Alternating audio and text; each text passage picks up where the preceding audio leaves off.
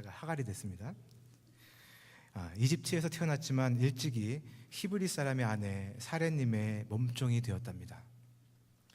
제 주인 마님이신 사레님은 남편 아브람님과 함께 가나안 땅에 들어와 사신 지 10년이 지났지만 아이를 아직 낳지 못했어요. 하나님이 아브람님을 불러내실 때 내가 너로 큰 민족을 이루게 해주겠다라고 말씀하셨는데 이토록 긴 세월이 지나도록 아무 소식이 없으니 아브람님보다 마님께서 더 답답하셨나 봅니다. 그리하여 하루는 마님이 아브람님에게 말씀하셨어요. 여보, 내가 아이 낳는 것을 하나님이 허락지 아니하시나 봐요. 제 몸종 하갈과 잠자리를 같이 해보세요. 그리해서라도 자식을 볼 수 있지 않을까요? 그때는 자식이 없을 경우 마님의 몸종이 낳은 자식이 마님의 자식으로 여겨졌답니다. 마님은 저를 아브람님의 방에 들여다 놓으셨죠. 저는 아무 소리 못하고 그리로 가서 하룻밤을 아브람님과 지냈답니다. 얼마 뒤 저는 제 몸 안에 새 생명이 자라고 있음을 알게 되었습니다. 마님께는 미안한 노릇이지만 기뻤어요. 마음이 뿌듯했죠. 마님이 그토록 가지고 싶어 하셨던 아기를 제가 가지게 됐으니까요. 그래서 저도 모르게 그만 마님 앞에서 조금 우쭐거렸어요. 그때는 아이를 낳지 못하는 여자는 사람 대접 제대로 받기 힘들었거든요. 이런 제 태도에 속이 상했는지 사레 마님이 아브람님에게 불평하셨어요. 여보, 제가 이렇게 치욕을 당하다니요. 당치 않습니다. 이건 다 당신 때문이에요. 저 하갈이 나를 우습게 본다고요. 아브람님이 대답하셨어요. 그 무슨 말씀이요? 하갈은 여전히 당신 몸종이 아니요. 당신이 원하는 대로 하시오. 이후로 사레마님은 저를 아주 못살게 구셨죠. 저는 더 이상 견뎌낼 수가 없어서 무작정 집을 나와 달아났습니다. 현대를 포스트 모던 시대라고 부르죠. 그러니까 모던에 대한 반발과 반성으로 시작되었습니다. 모던 시대의 특징은 합리적인 이성과 도의적 보편성과 함께 진보를 추구하는 것이었습니다. 그러던 것이 포스트 모던 시대에 이르러서 이성과 도덕의 틀을 깨는 파괴와 해체를 실험하기 시작했죠. 이러한 시도를 통해서 자아가 파괴되고 가정은 해체됐으며 도덕적인 권위와 질서가 무너지기 시작했습니다. 그래서 한 문화학자는 포스트 모던 인생을 가리켜서 고립되고 상처난 목마른 인간이라고 말합니다. 고립되고 상처난 목마른 인간. 이 말을 떠올릴 때 생각나는 사람이 두 사람이 있습니다. 한 명은 요한복음 4장에 나오는 우물가의 여인. 사람들의 눈을 피해서 한낮에 물을 길러 나왔다가 예수님을 만나서 새로운 인생을 시작한 사마리아 여인입니다. 또 한 명은 바로 오늘 본문에 나오는 사레의 몸종 하갈입니다. 하갈은 아브라함의 아기 이스마엘을 임신한 뒤에 사레를 멸시한 죄로 쫓겨나서 광야로 피난을 간 외롭고 고립된 인생이었습니다. 그 쓸쓸한 광야길에서 여호와의 사자를 만나서 새 소망을 가지게 됐죠. 그때 하갈이 고백한 하나님의 이름이 바로 나를 살피시는 하나님입니다. 히브리 말로 로이엘. 오늘 하갈의 고백, 로이엘. 이 어느 누구도 알아주지 않고 아픔을 말할 대상도 없었던 하갈의 삶 가운데 한결같은 모습으로 곁에 계시는 분은 하나님이셨던 것이에요. 그분은 하갈의 생각을 살피셨고 앞날도 살피셨습니다. 살피시는 하나님으로 인해서 하갈의 고립되고 상처난 삶이 새로운 전환점을 맞이하게 된 것입니다. 그녀는 인간적인 체면 대신에 나를 살피시는 하나님 앞에서의 올바른 관계만을 생각하게 됐고 도망쳐 나왔던 집으로 다시 돌아가기로 결정했습니다. 이기심과 명예만을 중시하는 현실 속에서 하갈의 즉각적인 순종은 믿음의 결단이었고 살피신 하나님으로 인한 회복의 은혜였습니다. 캔사스주의 한 신문에 이런 광고가 실린 적이 있습니다. 저한테 전화해서 30분간 얘기해 주시면 $5를 주겠습니다.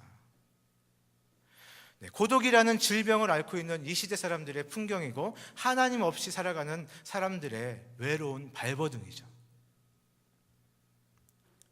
고립되고 상처난 목마른 나. 고립되고 상처난 목마른 나. 핸드폰, 인터넷 등 수많은 기기들을 통해서 버튼 하나만 터치하면 전 세계 그 누구와도 단번에 소통이 가능한 시대에 살고 있는 우리입니다. 안부나 피상적인 대화는 얼마든지 나누기가 쉽죠. 그런데도 불구하고 진정 마음을 나눌 사람은 정작 한 명도 찾기가 힘들지 않습니까, 여러분? 주변 사람들이 나를 아프게만 하고 나를 짓누르기만 하고 나를 고통스럽게만 한다고 생각하지 않으십니까? 사방을 아무리 둘러보아도 내 주위에 나를 도와줄 사람이 아무도 없어 보이고 내 이야기를 들어줄 사람도 없고 나의 아픔, 고통을 함께 나눌 사람이 전혀 없는 마치 망망대해에 위태로운 뗏목 위에서 홀로 표류하고 있는 것 같은 고립된 나.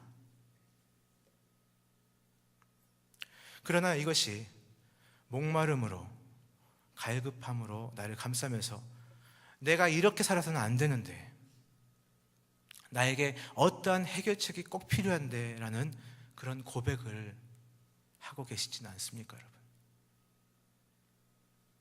하갈의 고백입니다. 두 번째입니다. 집을 뛰쳐나오긴 했으나 어디 갈 데가 있는 것은 아니었습니다. 고향이 이집트니 아는 사람이라고는 한 사람도 없었죠. 또 아는 사람이 있다고 한들 도망 나온 종련을 누가 받아주기나 할까요? 발걸음을 재촉하여 이른 곳이 겨우 빈들이었어요. 목이 마르던 차에 마침 샘이 눈에 띄어 그리로 갔답니다. 그런데 누군가가 제 이름을 부르면서 제게 말을 거는 것이 아닌가요? 하갈, 당신은 어디서 왔어?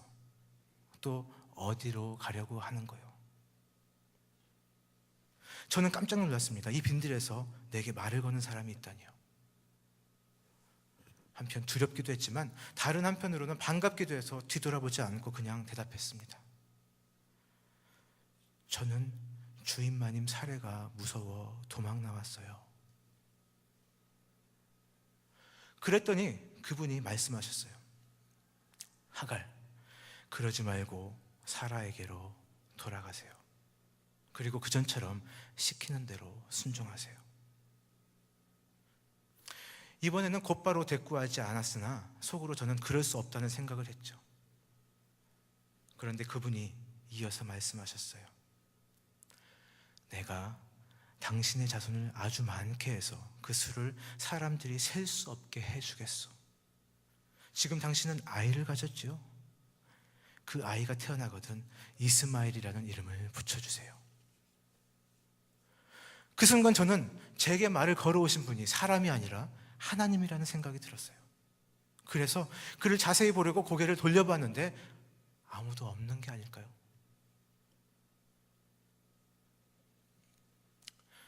저는 하나님을 뵌 것이었어요. 그런데 저는 그 하나님의 이름이 무엇인지 몰랐거든요. 그래서 제 나름대로 이름을 하나 지어 부르기로 했답니다. 그래서 제가 지은 하나님의 이름이 무엇인지 아세요? 나를 살피시는 하나님이랍니다.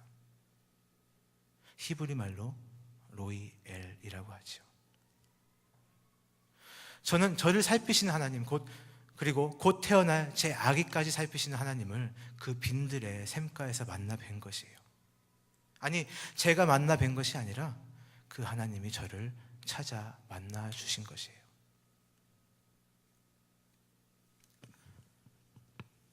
고립되고 상처난 목마른 하갈. 그녀는 빈들의 샘가에서 하나님을 만납니다. 그리고 그녀의 인생의 가장 큰 문제가 해결되는 경험을 하게 됩니다. 빈들에서 만나주신 하나님께서는 세 가지를 통해서 하갈의 상처, 고립된 마음, 그리고 목마름을 해결해 주십니다. 첫 번째, 어디서 왔으며 어디로 가느냐. 어디서 왔으며 어디로 가느냐. 우리 7절, 8절에 있는 말씀을 함께 읽도록 하겠습니다. 시작. 여호와의 사자가 광야의 샘물 곁 곧 술길 샘 곁에서 그를 만나 이르되 사레의 여종 하갈아 내가 어디서 왔으며 어디로 가느냐. 그가 이르되 나는 내 여주인 사레를 피하여 도망하나이다. 하갈은 사레의 학대에 못 이겨서 도망을 칩니다. 그리고 술이라는 빈들에서 하나님의 사자를 만나게 되죠. 하나님의 사자가 이방의 계집종인 하갈에게 묻습니다. 내가 어디서 왔으며 어디로 가느냐. 하나님은 이방의 계집종인 하갈을 감찰하십니다. 창세기에 보면 하나님께서 아담에게 묻는 물음이 있어요. 아담아 내가 어디 있느냐. 그리고 가인에게 묻는 물음이 있습니다. 내 아우가 어디에 있느냐. 이어서 세 번째 물음입니다. 아담에게는 아담아 내가 어디 있느냐, 즉 나의 위치를 물으셨고, 가인에게는 내 아우가 어디에 있느냐, 즉 이웃의 위치를 물으셨다면, 하갈에게 묻는 이 물음은 우리의 삶의 근원을 묻고 목적지를 묻는 것입니다. 어디서 왔으며 어디로 가느냐. 우리 신앙생활에 있어서 가장 중요한 질문입니다. 우리 신앙생활 할 때 이 세 가지 질문을 꼭 하면서 살아가야 된다고 믿습니다. 지금 나는 어디에 있는가? 지금 내 삶의 동반자는 어디에 있는가? 그리고 지금 나는 어디서 와서 어디로 가고 있는가? 여러분 모두 이 세 가지 질문에 대답하실 수 있으십니까? 네, 한 분만.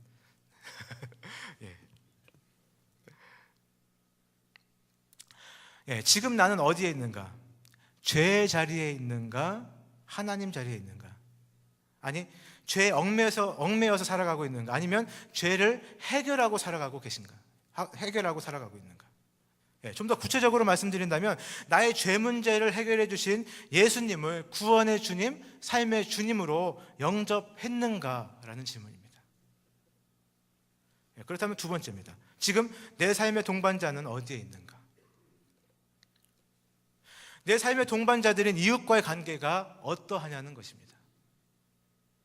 서로 상대하고 싶지 않고 피하고 싶고 심지어는 죽이고 싶은 관계로 살아가고 있지는 않은지.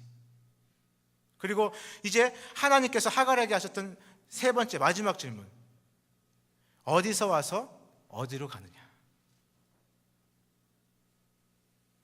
바로 인생의 목적, 사명에 관한 질문입니다. 하나님께서 주신 사명을 붙들고 살아가고 있는 인생인가? 조용한 광야 빈들에서 하갈을 만나주신 하나님은 그녀에게 나아갈 방향과 소망을 통해 마음의 평안을 전해주셨습니다. 창조주 하나님께서 나를 지으신 목적을 발견하지 못하고 살아간다면, 다시 말해서 인생의 방향이나 목적 없이는 고립과 상처 속에서 벗어날 수 없다는 것이죠. 여러분 인생의 목적을 발견하셨습니까? 여러분들이 어디서 왔으며 어디로 가는지 알고 살아가고 계시냐고요? 아니면 그저 바람 부는 대로 주변에 휩쓸려서 목적 없는 인생을 살아가고 계시지는 않습니까? 주님께서는 여러분들 한 분 한 분을 만나 주셔서 여러분들 인생의 가장 근본적인 목적을 알려주실 것입니다. 그것이 무엇일까요?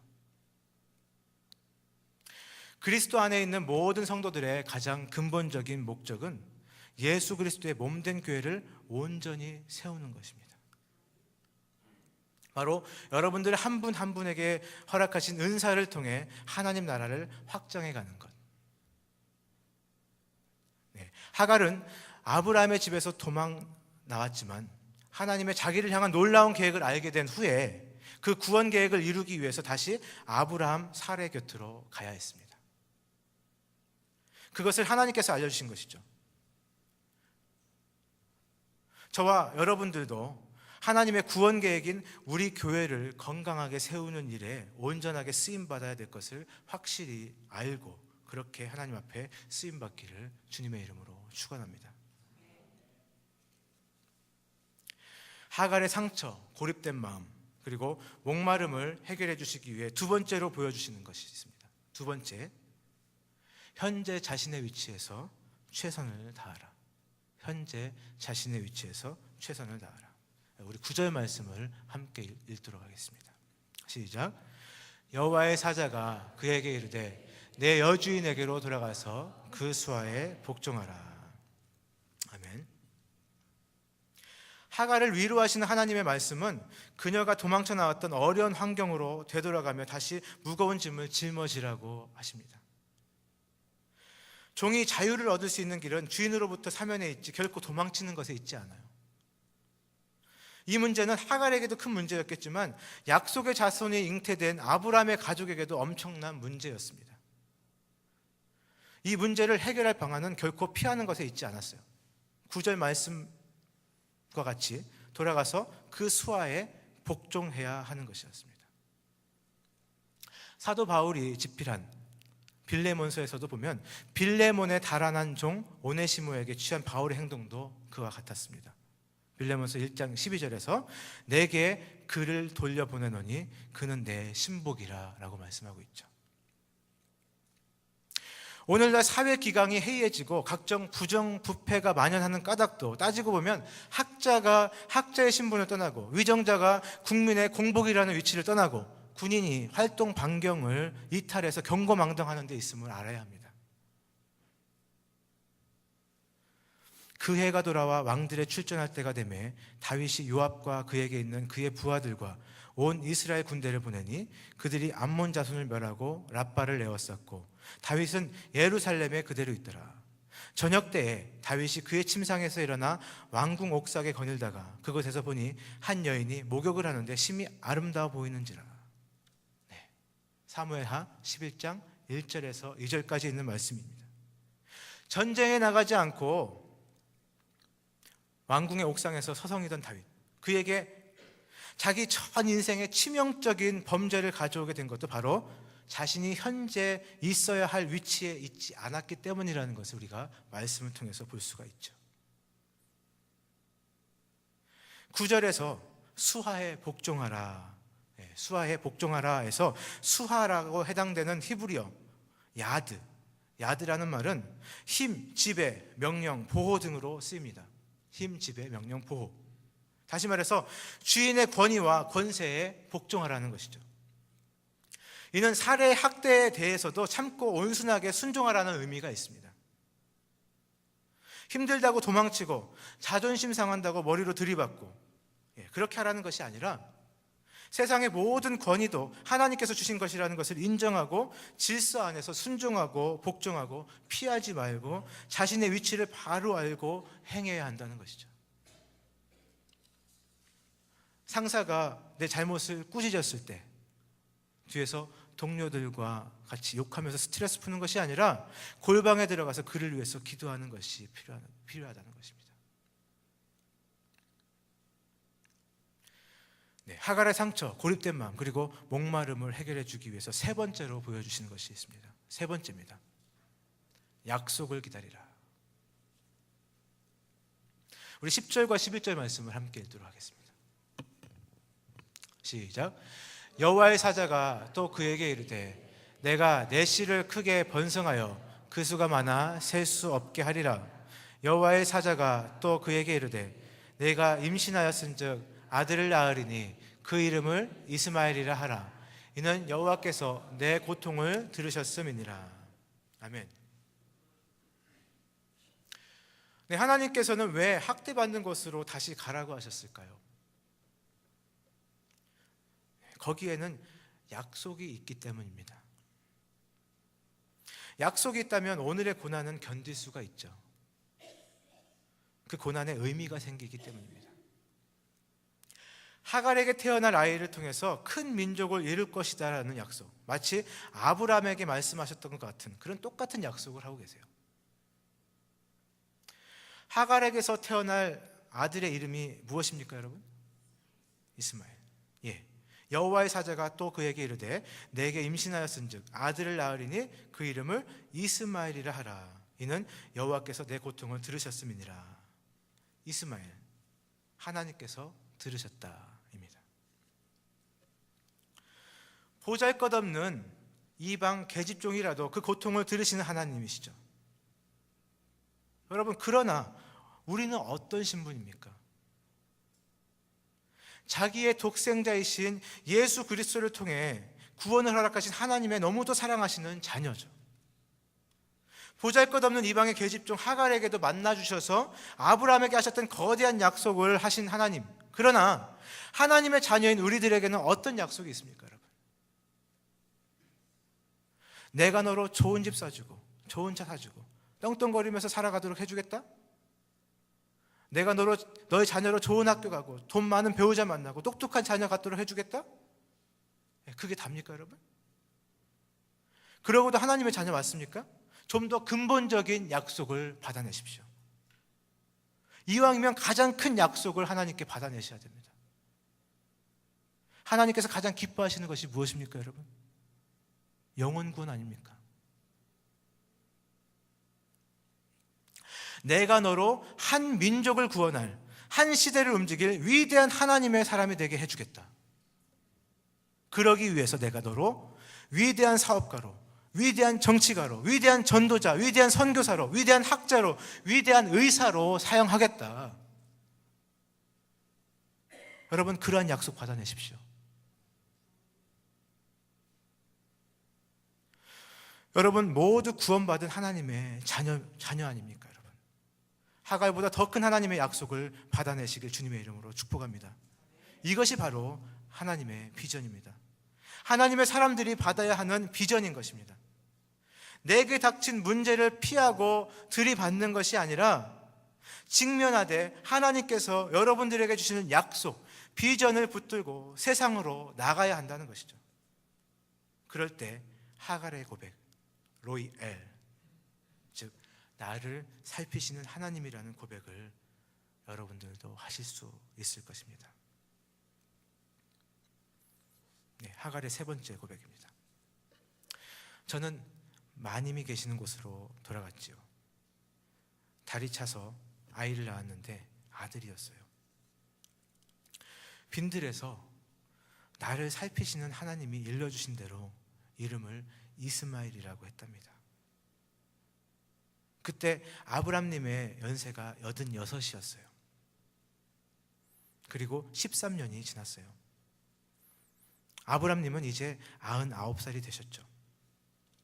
하루는 하나님이 그리 말씀하셨다면서 아브람님과 사례님이 각각 아브라함과 사라로 이름을 바꾸셨어요. 그리고 오래지 않아 손님 세 분이 아브람님과 사라님의 천막으로 찾아오셨어요. 그 뒤로 곧바로 놀라운 일이 벌어졌어요. 사라님이 아이를 갖게 된 것이죠. 마침내 사라님에게서 아들이 태어났어요. 다녀가신 손님들이 알려주신 대로 이 아들을 이삭이라고 부르게 되었답니다. 아브람님이 나이 100살에 사라 마님에게서 아들이 태어난 것이죠. 제가 낳은 이스마엘은 이제 14살짜리 어엿한 소년으로 배다른 동생을 보게 된 셈입니다. 이삭이 자라 젖을 떼는 날에 아브람님은 큰 잔치를 베풀었어요. 모두들 기뻐하면서 먹고 마시는데 이스마엘이 이삭과 어울려 노는 것을 바라보시는 사라 마님의 눈빛이 예사롭지가 않았어요. 마님은 이스마엘이 이삭을 놀리고 괴롭힌다고 생각하셨나 봐요. 마님이 아브람님에게 말씀하시더군요. 여보, 이 종년과 그 아들놈은 내쫓아버려요. 종년의 아들놈이 어떻게 우리 아들 이삭과 함께 상속을 받을 수 있나요? 그런데 아브람님은 마음이 좋지 않았나 봐요. 고민하시는 빛이 드러나시더라고요. 근데 밤에 하나님이 아브람님에게 무슨 말씀을 하셨나 봐요. 아브라함, 사라의 말대로 하세요. 걱정하지 말고 여종 하갈과 그의 아들을 내보내요. 당신 후손은 이삭에게서 나올 것이고 여종의 아들은 그 나름대로 내가 큰 민족의 조상으로 만들 것이요 라고 하셨잖아요. 다음날 아침에 저는 아브라함님이 제 어깨에 매어주신 빵과 물 넣은 가죽 주머니를 메고 이스마엘을 데리고 집을 나와야 했어요. 15년 전과 마찬가지로 저는 빈들을 헤매게 됐죠. 그런데 이번에는 혼자가 아니었어요. 아들까지 데리고 있었죠. 한참 헤매다 보니 아침에 가지고 온 물도 다 마셔버렸어요. 이젠 목이 말라 더 이상 걸을 수도 없었어요. 그래서 이스마엘을 덤불 아래에 두고 저만 앞으로 조금 더 나아갔어요. 아들이 죽는 것을 제 눈으로 차마 볼 수가 없다는 생각이 들었어요. 그 생각에 계속 울음이 터져 나왔어요. 어미가 우니 이스마엘도 뒤에서 울었나 봐요. 그때 갑자기 하늘에서 무슨 소리가 들려왔어요. 하갈, 무슨 일인가요? 두려워하지 말아요. 하나님이 저 아이의 소리를 들으셨어요. 하갈, 일어나서 그 아이를 일으켜 세우고 붙들어 주세요. 하나님이 저 아이를 큰 민족의 조상으로 만드실 것이요. 그 순간 제 눈이 환히 밝아지더라고요. 샘물이 바로 앞에 있었어요. 그 물을 떠서 이스마엘에게 마시게 했지요. 우리는 살아난 것이었어요.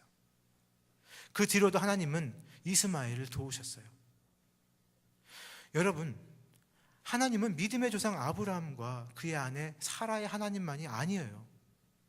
이방 여인인 천한 몸종인 저 하갈의 하나님이시기도 하셨어요.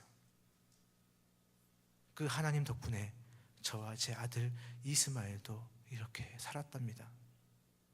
이 얼마나 놀랍고도 고마운 일인가요?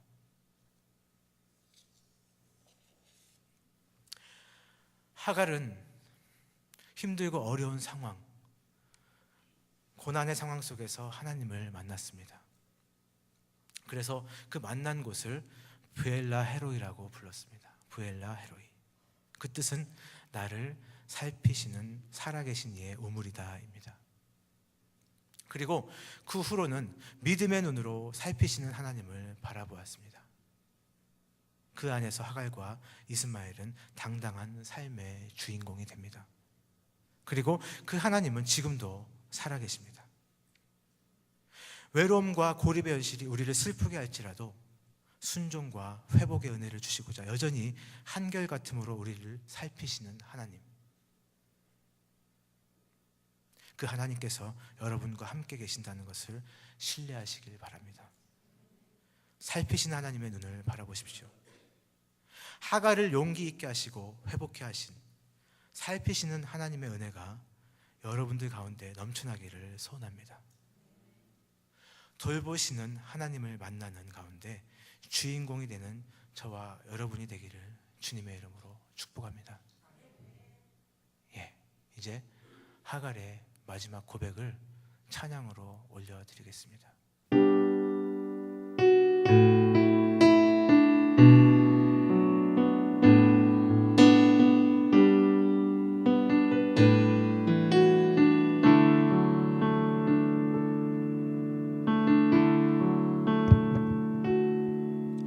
나는 내가 누구인지 몰랐습니다. 어디서 왔는지 어디로 가야 하는지 그저 내게 주어진 기회만 쫓았습니다.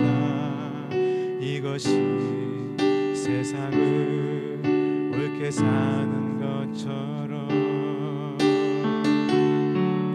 내게 닥친 상황이 힘들어 도망한 나에게 주님은 다가와 말씀하십니다. 내가 너를 지어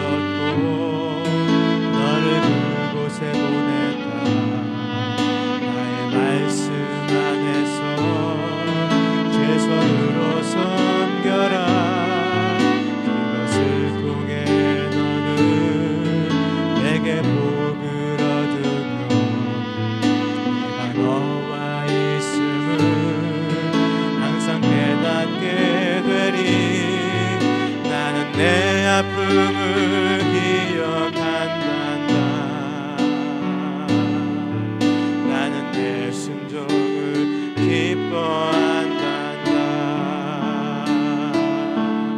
내게 닥친 상황이 힘들어